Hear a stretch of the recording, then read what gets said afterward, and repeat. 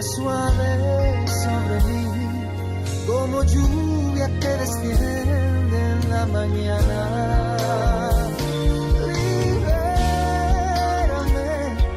y que el viento lleve lejos el recuerdo. La palabra del Señor en Gálatas capítulo 4 del 21 al 31 dice así: díganme ustedes, los que quieren estar bajo la ley, ¿por qué no le prestan atención a lo que la misma ley dice? ¿Acaso no está escrito que Abraham tuvo dos hijos, uno de la esclava y otro de la libre? El de la esclava nació por decisión humana, pero el de la libre nació en cumplimiento de una promesa. Ese relato puede interpretarse en sentido figurado.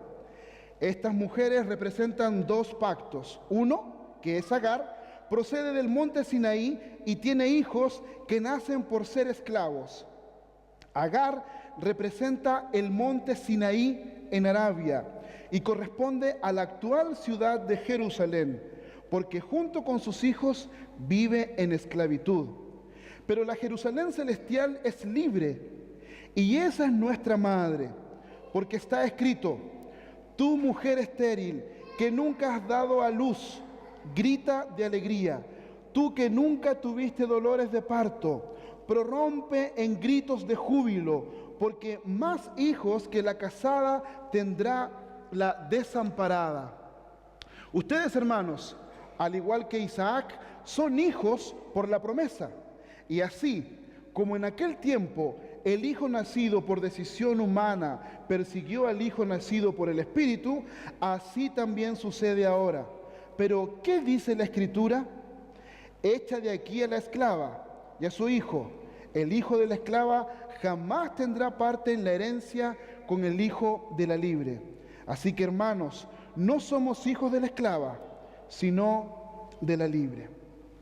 Pensando en algunas cosas, cuando comenzamos como iglesia, decíamos la semana pasada, en noviembre ya del 2012, veníamos a la ciudad de Antofagasta con este anhelo, con este deseo de plantar una iglesia. Y mientras veníamos de visita una vez al mes o dos veces al mes, nos encontrábamos con este bello ramillete de flores que ustedes pueden encontrar aquí, y teníamos tiempo de oración, teníamos tiempo de comunión, pero por sobre todo orábamos para que Dios pudiera hacer su voluntad en la iglesia. Pasó el tiempo y vinimos a vivir a Antofagasta, arrendamos una casa, un departamento de 49 metros, comenzamos a tener reuniones en nuestro departamento. Ahí está la mitad de la gente, ya la otra mitad está a este otro lado que no se alcanzaba a ver. A veces teníamos hasta 49 personas en ese espacio reducido de ese pequeño departamento. El Señor siguió abriendo espacios para nuestro trabajo y en julio del 2013 hicimos un retiro de planificación. En ese retiro de planificación sentamos las bases de lo que queríamos ser como iglesia. ¿Qué estábamos buscando nosotros en esa instancia? En estos últimos 4 años, Dios nos ha permitido, en medio de un tiempo dulce y agraz, con buenas cosas, con malos momentos, hoy tenemos alrededor de 50 miembros comulgantes adultos, más aproximadamente entre 20 y 25 niños, lo que nos da aproximadamente 75 miembros. El tema es que existe una gran rotación en los miembros de la iglesia. Hay algunos que trabajan y no están el día de hoy, hay otros que tienen dificultades, ¿cierto? Actividades que pueden ocurrir. Entonces, todos los domingos la iglesia tiene diferentes personas que se van juntando y vamos teniendo. Pero el Señor aún así nos permite seguir avanzando y creciendo, compartiendo su amor. El día de hoy ustedes son parte de lo que Dios ha estado haciendo en los últimos 4 años. Y decíamos nosotros que lo mismo ocurrió con las iglesias en Galacia. La semana pasada veíamos que el apóstol Pablo llegó a Galacia a plantar iglesias. Y la semana pasada veíamos algunas cosas que son profundamente interesantes. Y queremos ver algunas miserias que se dieron en la plantación, en la iglesia de Galacia, que nos pueden ayudar a entender algunas cosas para nuestras vidas. ¿Ya? Dentro de miserias de una plantación, primero, tenemos que prestar atención a la ley, es lo que dice el apóstol Pablo. ¿Ya? Díganme ustedes, los que quieren estar bajo la ley, ¿por qué no le prestan atención a lo que la ley misma dice? ¿Y por qué puse miseria entre paréntesis? Porque ya hemos visto durante varias semanas que aquellos que quieren vivir y obtener salvación bajo la ley viven vidas miserables. Porque intentando buscar agradar a Dios haciendo cosas, sus vidas se transforman en verdaderos monumentos de la frustración, del llanto y del sufrimiento, porque no consiguen hacer aquello que quieren hacer en sus vidas.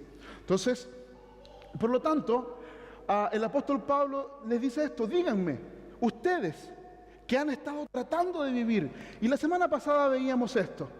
Primero, la semana pasada veíamos que la plantación de Gálatas, la plantación de esta iglesia, les dice así: ustedes que abandonaron los ídolos del pasado y que ahora están creando otros ídolos, lean. Porque en el texto que vimos la semana pasada, el apóstol Pablo les dijo: ustedes salieron de la idolatría y crearon ahora nuevos ídolos, ahora que están siguiendo al Señor. Idólatras. Ustedes que volvieron nuevamente, que dejaron la idolatría secular, ahora están viviendo en una idolatría religiosa. Lean la ley, acérquense. ¿No han leído lo que esta dice? Les dice: ustedes que han dejado de tener toda la seguridad en el Padre. La semana pasada veíamos cómo los Gálatas en su estilo de vida habían abandonado la confianza que podían tener en Dios Padre. Ya no sentían el abrazo cariñoso, ya no se sentían como verdaderos hijos y estaban tratando de agradar al Padre por medio, ¿cierto?, de actitudes, por medio de cosas. Al mismo tiempo, ustedes que no están viviendo una vida misional, ustedes que crecieron junto conmigo, ustedes que me recibieron, ustedes que abrieron las puertas, que me recibieron aún cuando yo estaba enfermo, ustedes que aprendieron bien el Evangelio, ustedes que entendieron que una vida misional, primero, es tener claro que ser misional significa que tenemos que prestar atención a la vocación que Dios nos dio. Primero, para poder entender qué es misional, nos referimos a que ser misional significa entender la vocación para la cual Dios te ha llamado. ¿Cuál es la vocación que Dios le ha dado a la iglesia? A ser discípulos. En segundo lugar, ser misional nos recuerda una vieja palabra antigua de los misioneros de la década del 90, ¿cierto? Misioneros que se iban a otros países a hacer misiones y donde el concepto era: yo oro, yo doy o yo voy. Entonces la iglesia se transformaba como en un pequeño monstruo, solamente los que oran, después solamente los que dan la plata o solamente los que van, creando una cosa más o menos extraña.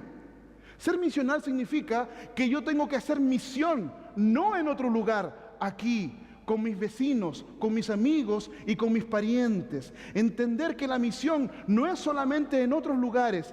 Gloria a Dios por aquellos que Dios ha llamado a hacer misión en otros países. Pero no debemos separar que la misión se vive aquí primero en el lugar donde Dios me ha colocado.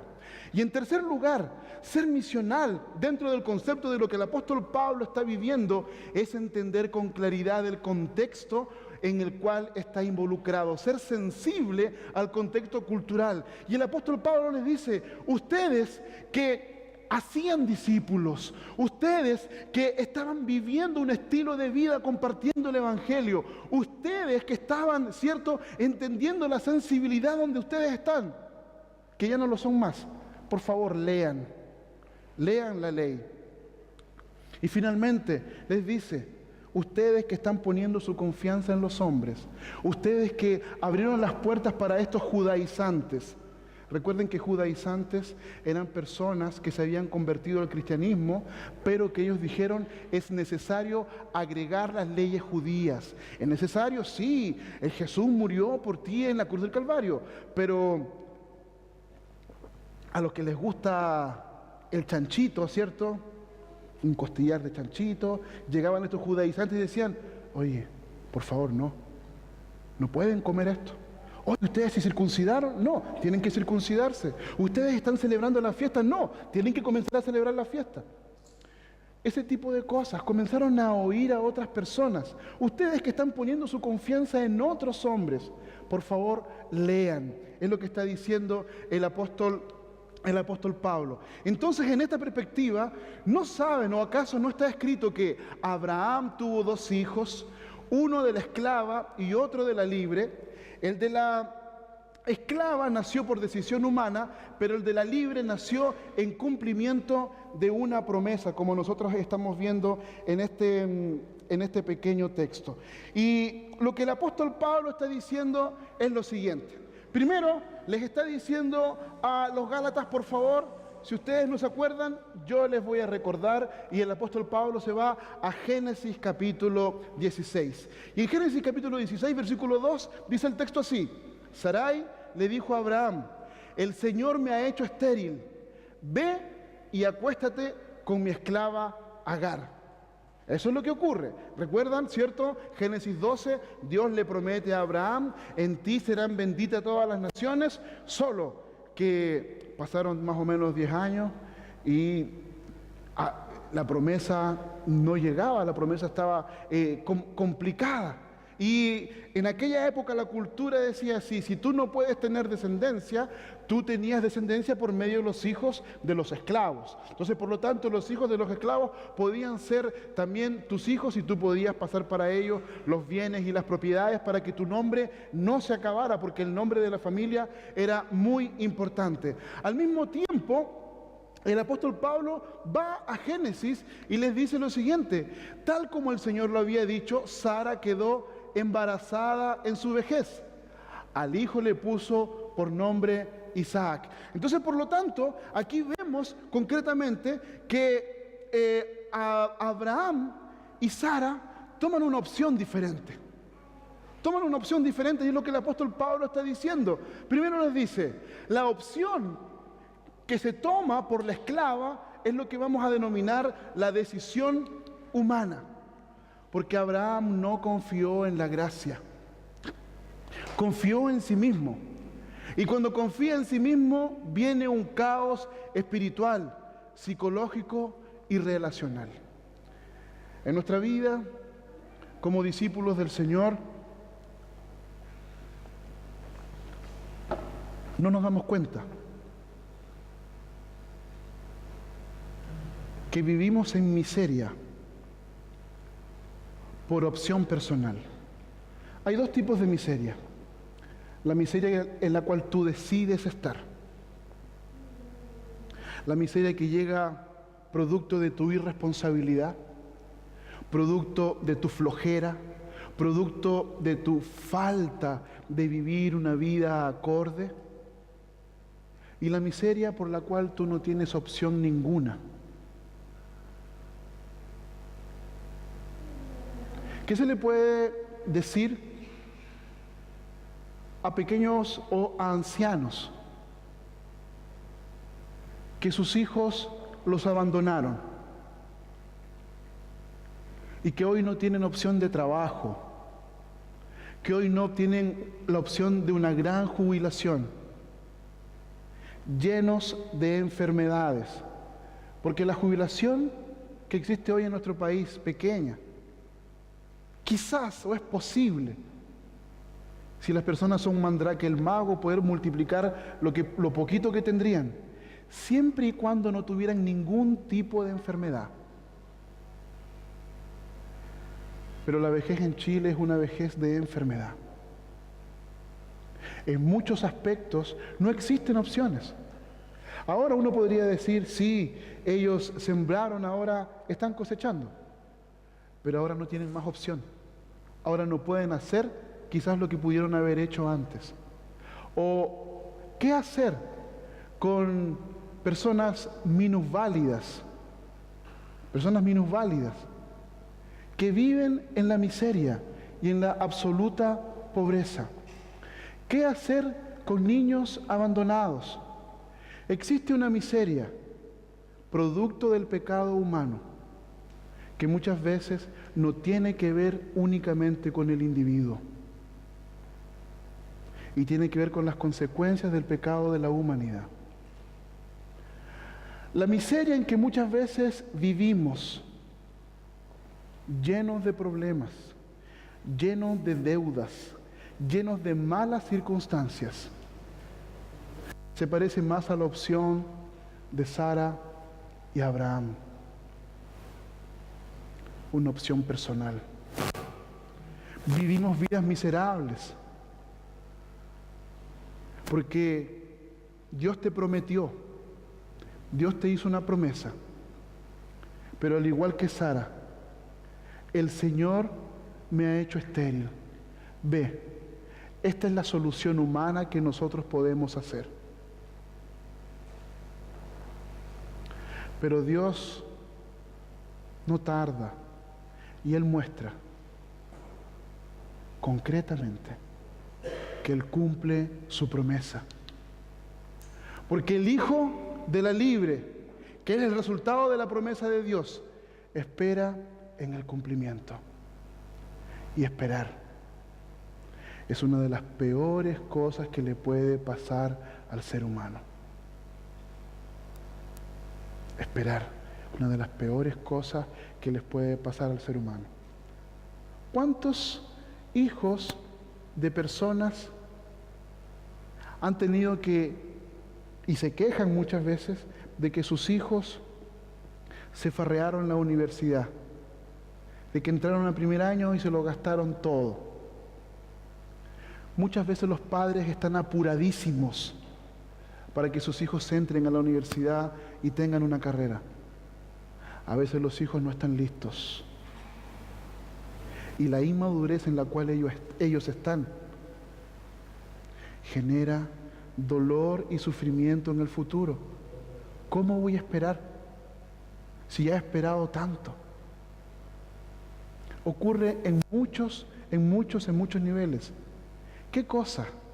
Dios te está diciendo espera, pero has tomado la opción contraria y estás apresurando las cosas.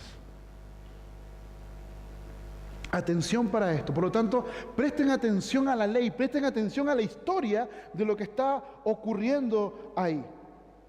Segundo lugar, el pasaje nos muestra la miseria de Agar. Ese relato puede interpretarse en sentido figurado, dice el apóstol Pablo. Ese relato puede interpretarse en sentido figurado. Y aunque uno no quiera, y aunque uno quiera solamente tomar el tema de la miseria, esta historia, ¿cierto?, de Sara y Agar, es imposible no tomar en cuenta lo que el apóstol Pablo está hablando con respecto al tema de la interpretación. Porque él va a utilizar en los próximos versículos temas referentes a cómo interpretar y que nosotros debemos poner atención.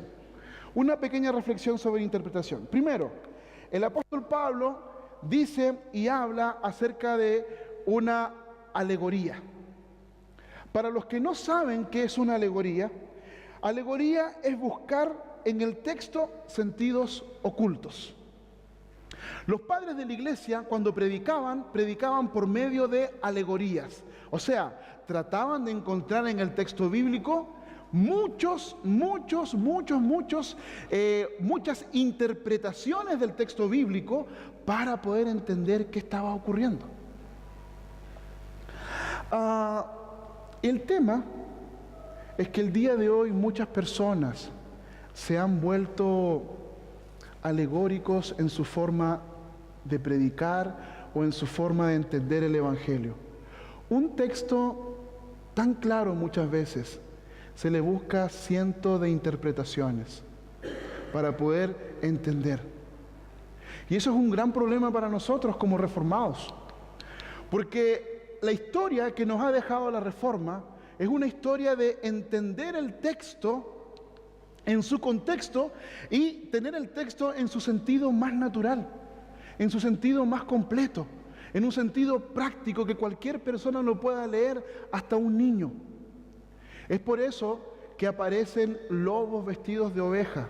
Es por eso que aparecen muchas personas dándoselas de intérpretes, mostrando o tratando de mostrar aquello que, entre comillas, estaba oculto, pero que ahora, porque Dios me dio el don, yo lo puedo revelar. Hermanos, eso no existe. Eso no existe. La palabra de Dios es diáfana, es transparente, hasta para que un niño la pueda entender. Ahora, cualquier persona puede exponerla. Ahí está una gran diferencia. Para exponer la Biblia necesitamos entenderla en su totalidad, entender la Biblia como género literario, a lo largo de toda ella, cómo ella está recorriendo, ¿cierto? Y atravesando. Ese conocimiento permite que la enseñanza sea más fluida, que la enseñanza puedan evitarse errores. Pero cuando nosotros leemos la Biblia, no hay cosas ocultas.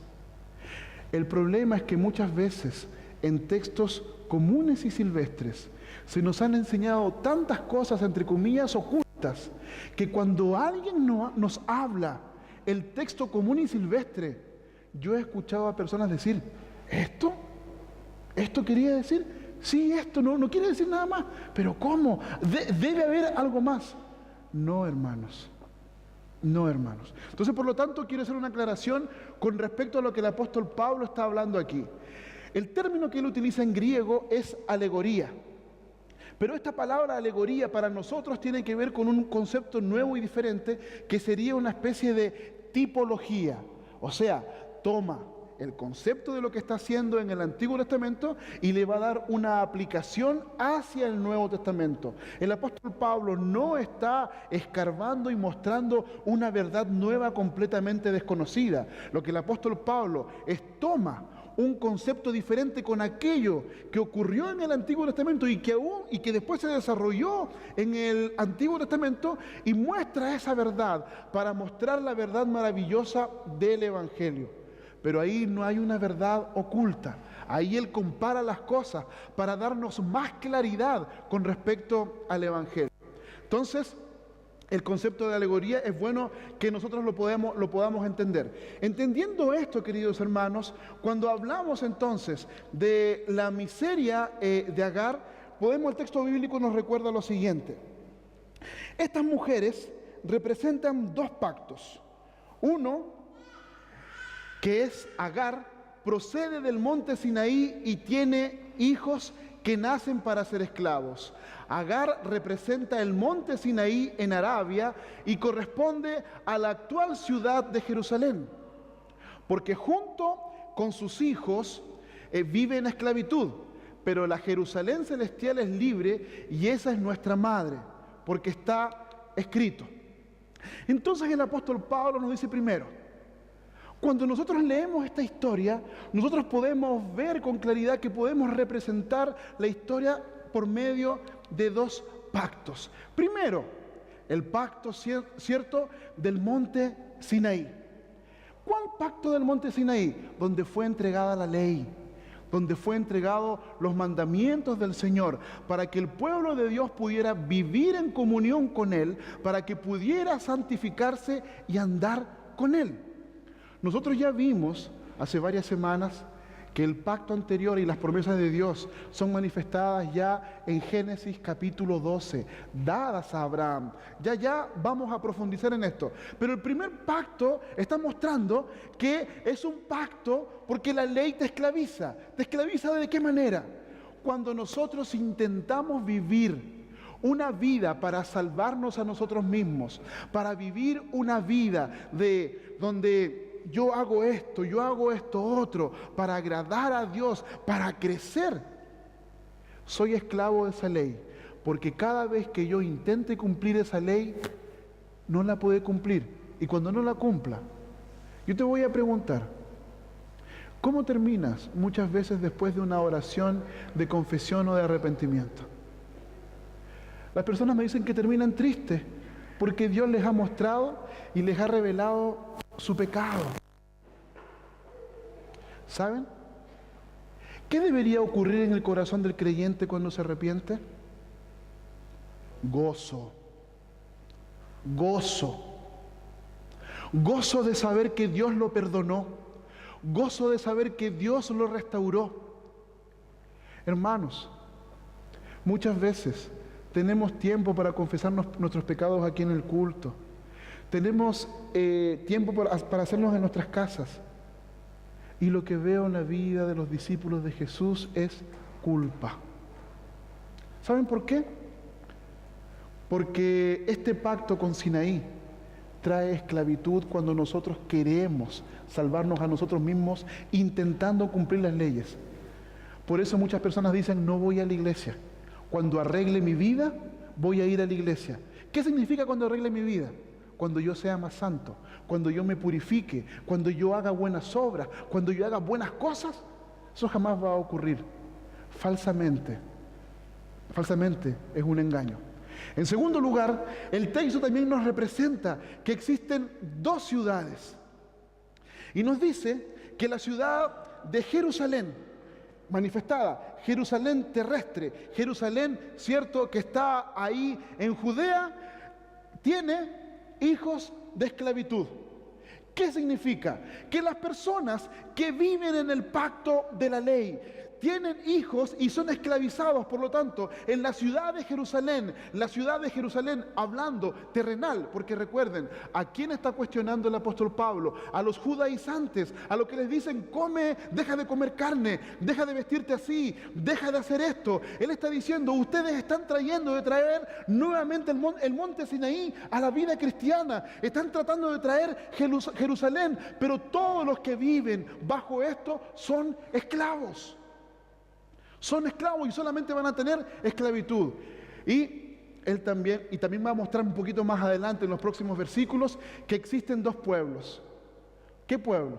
El pueblo cristiano y el pueblo que persigue al pueblo cristiano. El hijo nacido por decisión humana. ¿Quién es el hijo nacido por decisión humana?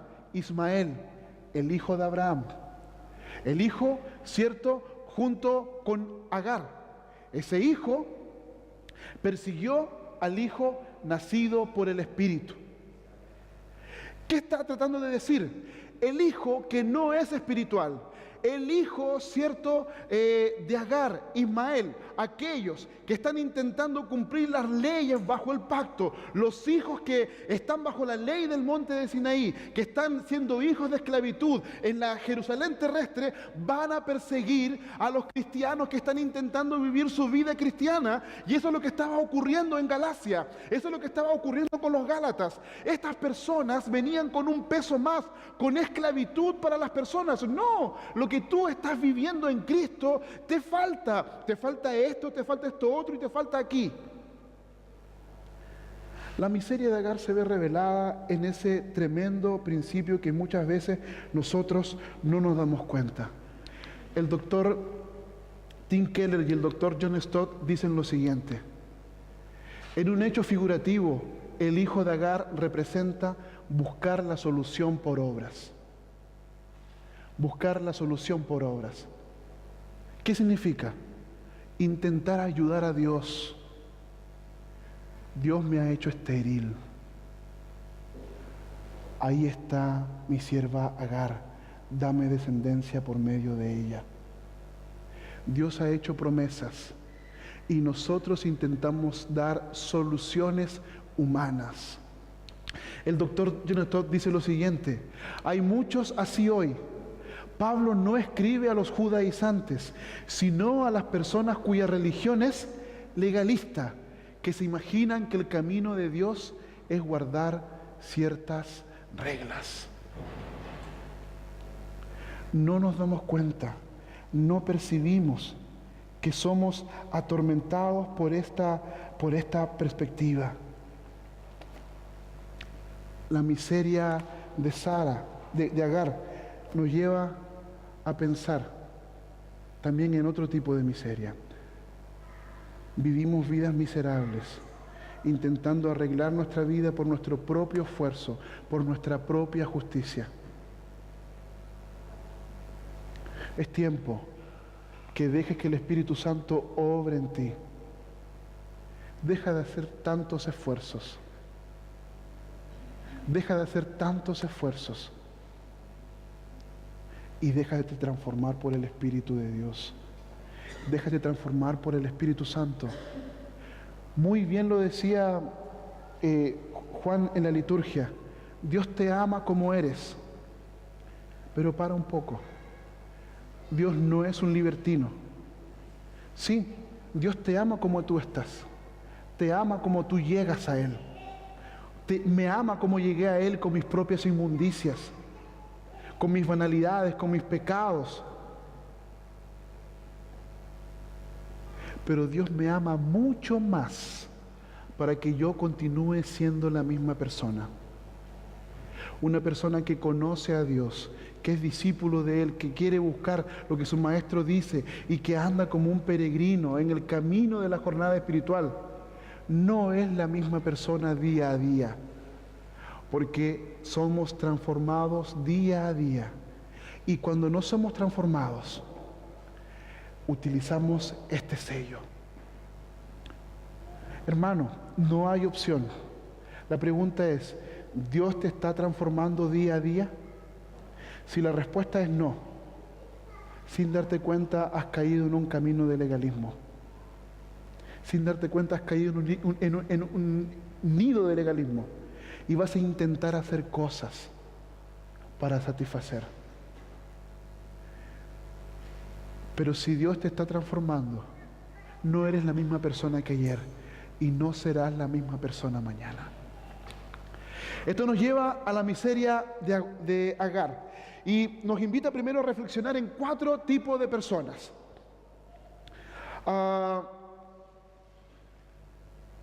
Existen personas que obedecen la ley y dependen de la ley. Estas personas están bajo la ley, son engreídos, se sienten superiores, pero sus vidas están frustradas porque no pueden, ¿cierto?, cumplir las reglas que ellos mismos tienen. Entonces están viviendo con reglas, intentan vivir con todas las reglas posibles y se creen mejores y más espirituales que las demás personas. Intentan hacer todo lo posible y cuando lo consiguen se llenan de orgullo, de un falso orgullo espiritual. Pero cuando no consiguen hacerlo en silencio, viven vidas completamente frustradas. En silencio lloran, en silencio su vida es una destrucción, es un caos, porque no pueden lograr aquellas cosas que la ley está demandando y se transforman en esclavos de esta ley. Existen también personas que desobedecen, pero dependen de la ley. Estas personas dependen de la ley, pero no están ni ahí con la ley. Ya son un poquito más humildes que los de atrás, pero están llenos de culpa. Viven una vida llena de culpa. No quieren hacer esto, no quieren hacer la voluntad de Dios, pero viven, ¿cierto?, por mi culpa, por mi gran culpa, porque están ahí, Señor, por favor, ahí, transfórmame, qué sé yo, y viven vida de esa manera. Son más humildes, son más tranquilos, no quieren convertir al otro, tanto así, pero viven con culpa, y la culpa no los abandona, la culpa no los deja. Al mismo tiempo, existen personas que desobedecen la ley y no dependen de la ley. Esta ya es una cuestión que está lejísimo, ¿cierto? Y que se puede dar no solamente en el cristianismo, sino que también en otras religiones. Estas personas son seculares y relativistas. ¿Qué significa que son seculares? Su mundo y su ideal es completamente humanista. No tiene ya nada que ver con lo que la sabiduría bíblica enseña. Ellos no respetan la sabiduría bíblica, no están ni ahí, y ellos relativizan absolutamente todo, por sobre todo si se trata de Dios. Entonces, si Dios es bueno para ti, bacán, qué bueno, pero para mí Dios no existe, entonces bien también. Pero ellos finalmente son los más tolerantes, son los que parecen más felices, son los amigos que son más bacanes, son los amigos que se ven como contentos de todo. Pero en el fondo son los más fariseos, son los que, y el día de hoy nosotros lo podemos ver. ¿Quiénes son los que cuestionan el día de hoy el cristianismo a donde tú vas? ¿Quiénes son los que empiezan a hablar en contra de la iglesia? Aquellas personas que están en esta posición, que desobedecen completamente la ley de Dios. ¿Cuál ley de Dios? La misma ley de Dios que Dios ha colocado en sus propios corazones y no dependen de esta ley. Y finalmente, existen personas que obedecen, pero que no dependen de la ley. cristianos, discípulos del Señor, entienden el Evangelio y viven la libertad del Evangelio, obedecen el Evangelio, obedecen la ley como gratitud. Este pequeño esquema lo saqué del pastor Tim Keller, hablando en su libro sobre Gálatas, y nos muestra cuán impresionante es esto, el tipo de personas. Yo quiero preguntarte, ¿qué tipo de persona eres? Hay 3 tipos de personas que están viviendo en miseria. Hay 3 tipos de personas que están viviendo en miseria. ¿Qué tipo de persona eres?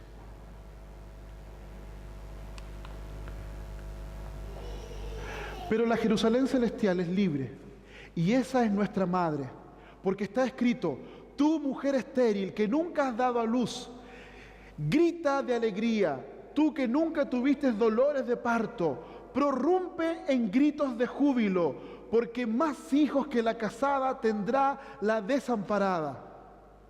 Ustedes, hermanos, al igual que Isaac, son hijos por la promesa. Pero, ¿qué dice la Escritura? Echa de aquí a la esclava y a su hijo. El hijo de la esclava jamás tendrá parte en la herencia. Con el hijo de la libre. Así que, hermanos, no somos hijos de la esclava, sino de la libre. Cuando pensamos en esto, primero tenemos que entender que Sara presenta o representa confiar en la salvación por la gracia de Dios en medio de una vida miserable que reconoce su incapacidad. La vida de Sara fue una vida de miseria humana.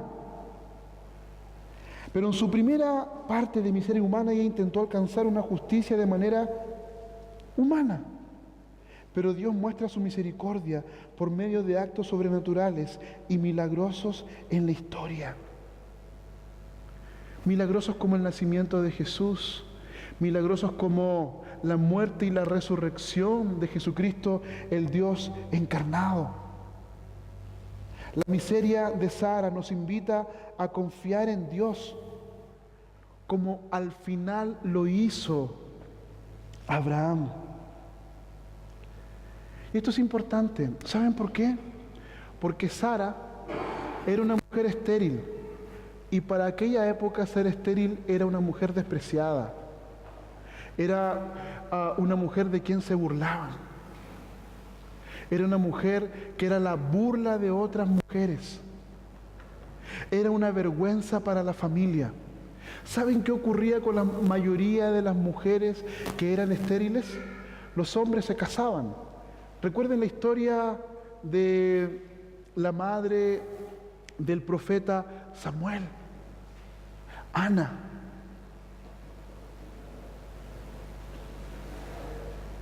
Ella tuvo que ver la humillación de la otra esposa, de Penina, y entender que era una humillación.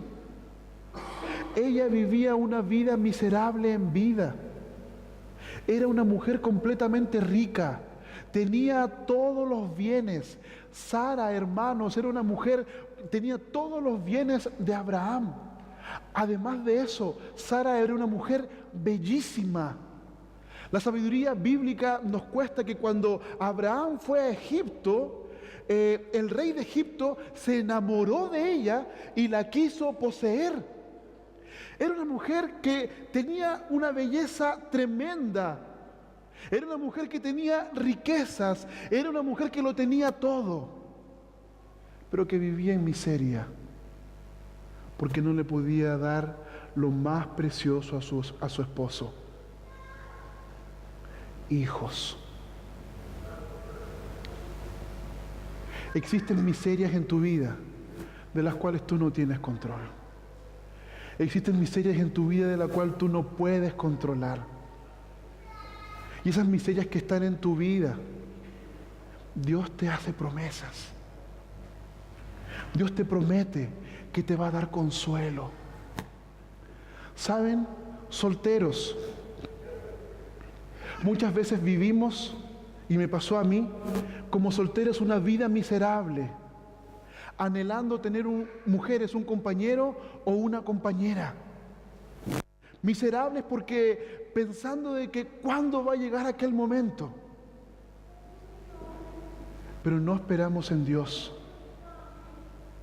Y muchos de los solteros caen en el pecado de la prostitución, de pagar para poder tener una vida sexual.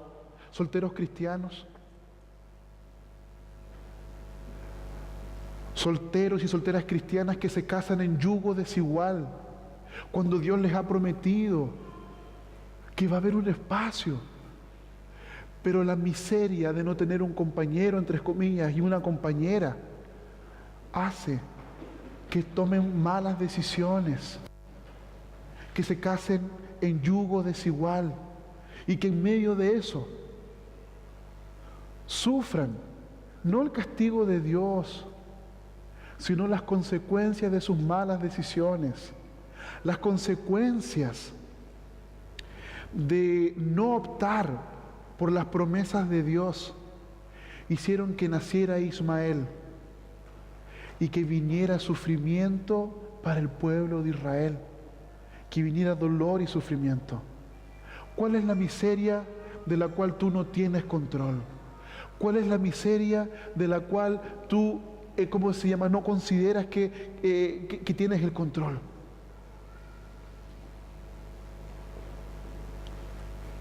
Debemos confiar en Dios como al final lo hizo como Abraham. Sara vivió una vida miserable a los ojos y a la boca de muchas otras personas, sin poder hacer nada. Pero el apóstol Pablo maravillosamente nos lleva a un texto. Tú, mujer estéril, que nunca has dado a luz, grita de alegría. Tú que nunca tuviste dolores de parto, prorrumpe en gritos de júbilo, porque más hijos que la casada tendrá la desamparada.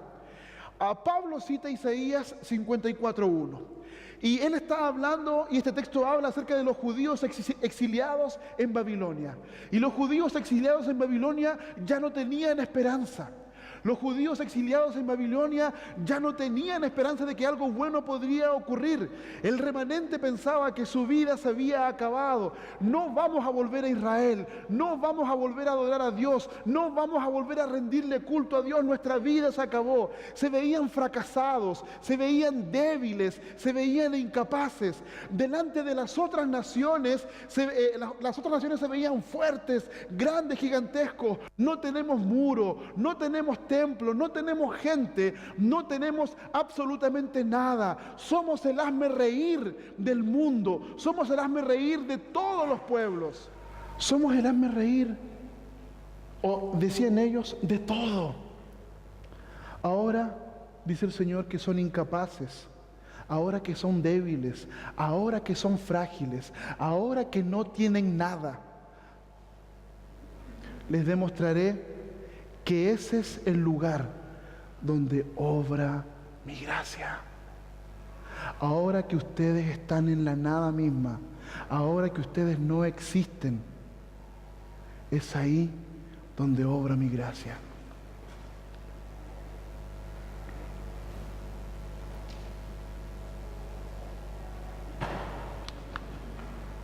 El fracaso de Sara alienta nuestros fracasos. Alienta lo que tú no puedes hacer. Sara puso la promesa de Dios como un ídolo.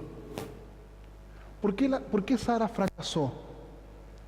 Porque Dios le prometió que iba a tener un hijo. Y ella amó más la promesa de Dios que al Dios de la promesa. Dios le prometió. Y muchas veces hacemos esto. Dios te promete que te va a cuidar. Dios te promete que te va a sacar.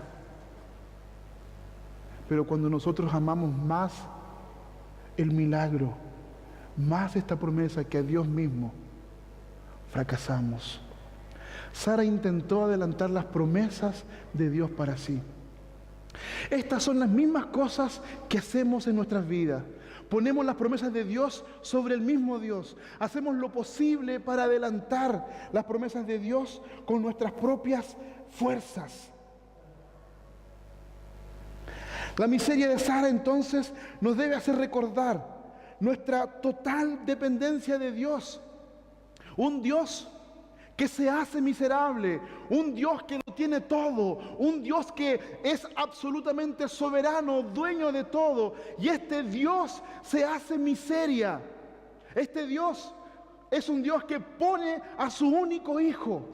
Un Dios miserable que no consideró aferrarse a su deidad. Un Dios que se hizo miserable y se rebajó voluntariamente para hacerse hombre, para hacerse siervo. Se humilló a sí mismo y a una obediencia de cruz. Dios se hizo miseria. Dios se hizo un miserable para que otros miserables fueran rescatados, para que tú y yo, que somos miserables, que vivimos en la miseria, que no tenemos control de absolutamente nada, pudiésemos ser recogidos de esta miseria.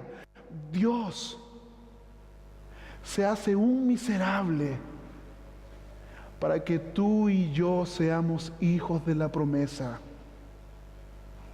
para que tú y yo podamos vivir como hijos de la promesa. Es lo que hemos intentado vivir estos últimos 4 años como una iglesia. Es lo que hemos intentado vivir estos últimos 4 años como iglesia. Entender que dependemos de Él. Entender que no es por nuestra fuerza. Entender que somos miserables y que nuestra miseria está ahí para que Él la recoja. Que no existe nada que nosotros podamos hacer. Que nuestra miseria que está ahí, Él nos promete: yo te voy a sacar de ahí. Yo te prometo, porque tú eres mi hijo, tú eres mi precioso. Tú estarás conmigo, yo voy a cuidar de ti, yo no voy a permitir que nada te falte. Yo quiero que mis proyectos sean tus proyectos y no al revés. Yo quiero rescatarte, yo quiero restaurarte, quiero tomarte de donde tú estás. ¿Cuántos están aquí y viven vidas miserables? No porque viven una vida de pecado, no porque viven una vida, cierto, de inmundicia afuera, pero viven una vida miserable porque no han entendido el gozo de la salvación, porque no han entendido el gozo maravilloso de estar en la presencia y decir: Señor, tú eres mi maestro, yo soy tu discípulo, dime dónde debo estar, dime qué me vas a enseñar el día de hoy, dime en qué me vas a transformar. Perdemos.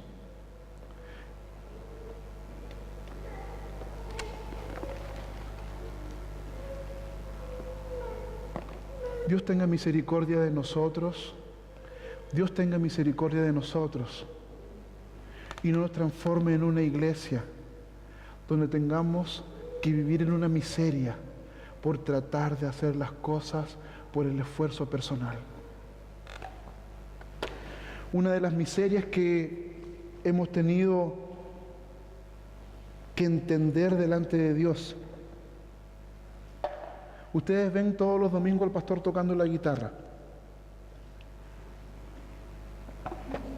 porque en algunos aspectos y en muchos momentos yo he tenido que reconocer que como iglesia, quizás si tenemos más músicos, si tenemos mejores personas, si tenemos una linda cantidad de personas que canten, que toquen, quizás van a llegar más personas. He tenido que soportar miserablemente mi actitud pecaminosa delante del Señor y he tenido que arrepentirme. Porque no es la música la que va a transformar a las personas, y sí su gracia. Y si un día el Señor viene y trae personas que no sean personas para hacer un culto más lindo, que no sean personas para hacer un culto entre comillas mejor o más agradable, y sí siervos y siervas que quieran entregar su vida, es posible que estés viviendo una vida miserable porque no lo estás sirviendo, porque no te has dado cuenta que hay un espacio para ti y el Señor quiere colocarte. Pero muchas veces nuestra rebeldía para servirlo impide que Él nos coloque en el lugar que Él más desea. Y vivimos vidas tristes y amargadas, porque yo tengo un proyecto en mi mente, porque yo tengo un proyecto en mi cerebro de lo que es iglesia, de lo que es mi ministerio. Tú no sabes. Él sabe. Él sabe. Él te capacita. Él pone dones. Pero pone a Cristo como cabeza. Que el Señor nos dé su gracia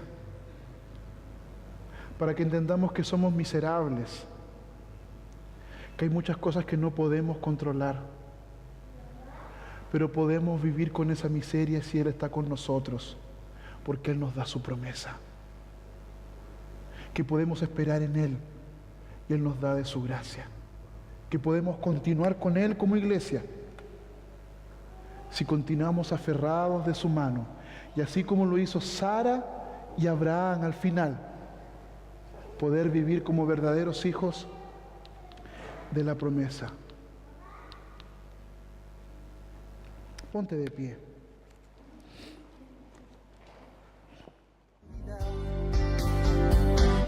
Oh, deja que tu soplo caiga suave sobre mí, como lluvia que desciende en la mañana.